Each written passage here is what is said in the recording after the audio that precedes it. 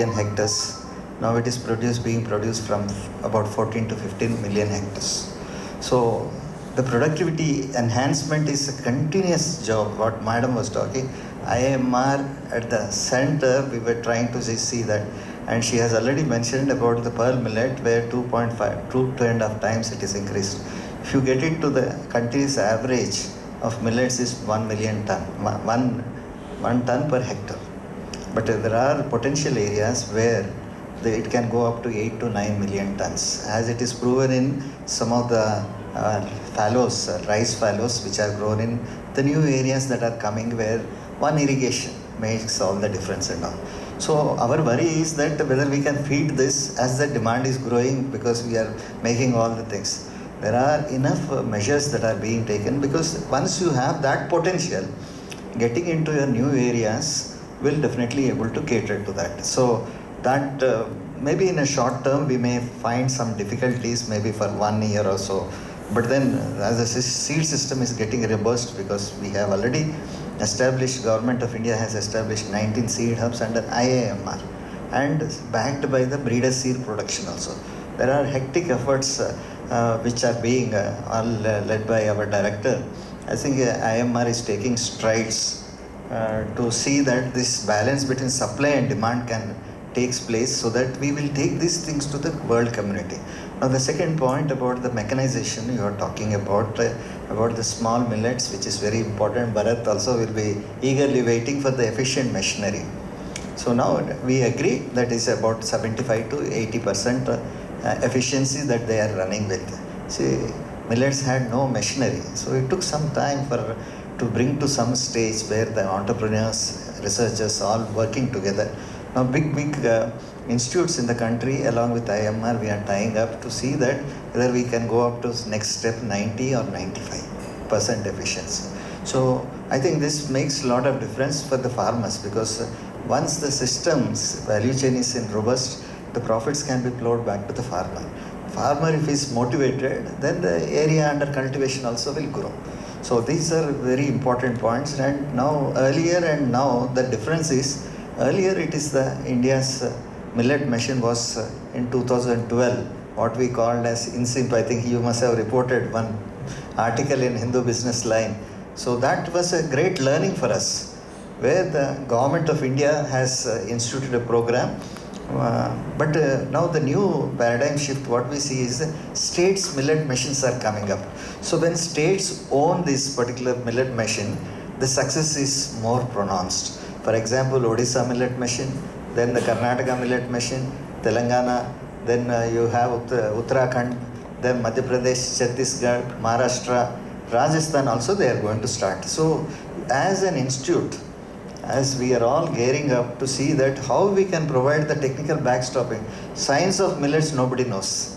Today big companies also, they come to us because the science is unknown as far as the millets are concerned. Wheat and rice everybody knows, all the countries have done. So we are trying to provide that so that the millet consumption may increase through demand pull or push, that we will be able to attain something where the millet cultivation can work. So it is a win-win situation where the farmers will be benefited with an increased incomes, and the consumers with the goodness of millets. And that is where the startups role becomes very increasingly. Today if we want to show to the world, take the world, I think Prime Minister is using these startups to show as a facade of Indian millet commercialization. So these are all being nurtured by NutriHub at IAMR. So I think we take that credit and we will continue to work for that, and see the gaps are still there. I don't see any perfect situation. But I want to tell you one thing, it is like a perfect storm. You have the problems, but you have all the solutions also. Thank you. Good that India has made some progress in terms of yields, but no, when you compare it with global numbers, it is way low. Where do you think we will reach there? See, when you talk of the global level, India is the one who is making the stride. In yields?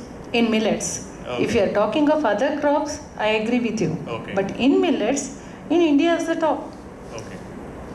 We are the people showing the path to other countries, and if you If you recollect, recently we had one global Sri Anna conference at Delhi in March 16 to 18th. In that, Prime Minister of India has given the status of millets as Sri Anna, stating that it is a superfood. Now, after that, there are many countries which are approaching us to understand the know-how and what are the production practices and other cultivars they wanted to gain from India, take from India. Not only that, There's a huge export potential. Are we capable of, exploiting that situation? Madam, there is a very huge export potential, and some magazines outside India, they have come up with some numbers which show that by 25, then 2030, and then 2040, the export potential is going to be 200 to 300 times. That is what we have seen in their reports. So there is a large export potential because people are going for gluten-free foods. Millets do not have gluten, which is gluten is supposed to cause celiac disease, and a number of it is also responsible for many other complications in the human body. That is why the entire world is looking for gluten-free foods, and naturally millets are blessed as gluten-free foods. Number two, people are looking across the world for organic foods. And if you see millets, they are very low input receiving crops, and they don't need much fertilizers, and no one is using any pesticides or insecticides in millets. So by virtue of their existing growing conditions, millets are going to be the choice of crops. They are the future crops. Also from the climate resilience point of view, high temperature, the temperature is going to increase. Millets have the potential to withstand high temperatures. And also millets have very less water footprints. They need very less water compared to your rice and wheat. Also, the carbon footprints of millets are very less. So looking into all these things, to achieve the sustainable development goals which are put in front of us, the targets, through cultivation of millets and through consumption of millets, we are going to achieve them. I don't say other crops are not essential. They are essential, but millets are one way to achieve those.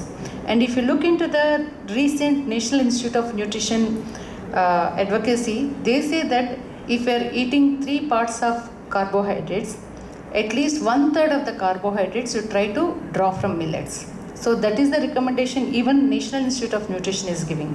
So looking into all these things, there is not only export potential, a big consumption potential in India itself. Just a quick addition to what basically we are talking about why millets. One is climate resilience, second one is about the nutrition part.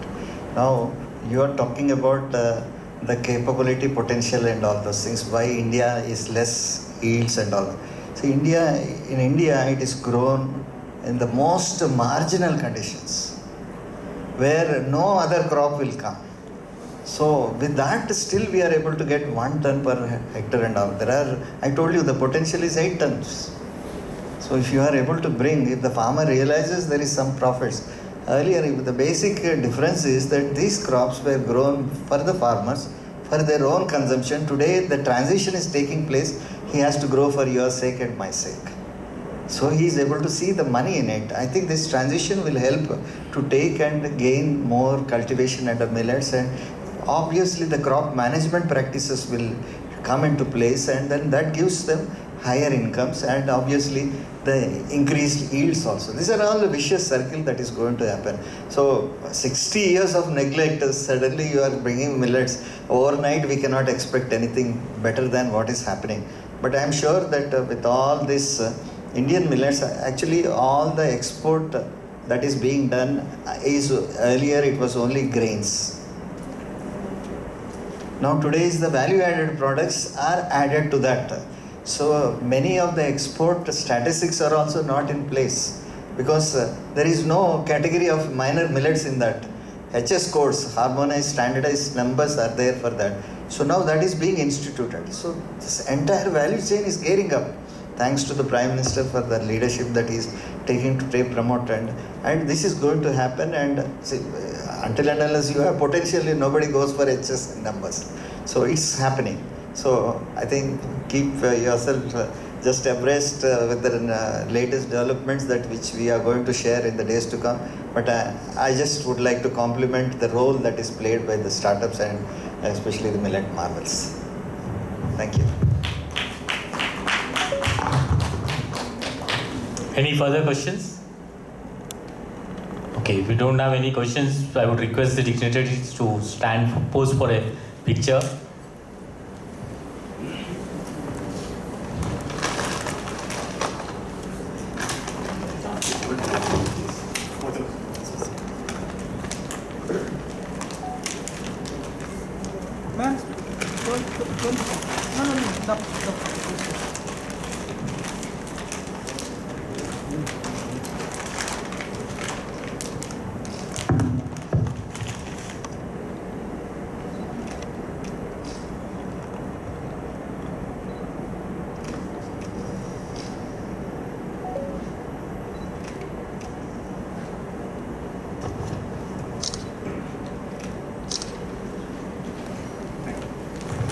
I would now request Ms. Rishika Reddy to propose vote of thanks.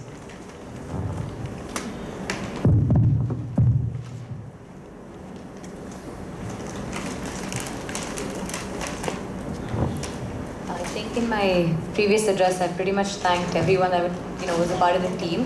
But I'd like to thank the GMR team again for giving us this opportunity today, for IIMR for really incubating the idea and concept and making it a reality, and of course the Millet Marvels team for all their hard work, everything that they do, and we're really looking forward to getting started on the new plant and really see what we can do. And thank you so much to the press for coming out today, for spending time with us and for learning a little bit about what millets are and what Millet Marvels is proposing to do. Any questions, feel free to either email us or call us, and we're happy to answer any follow-ups. Thank you so much. Thank you, everyone. Request everyone to join for high tea.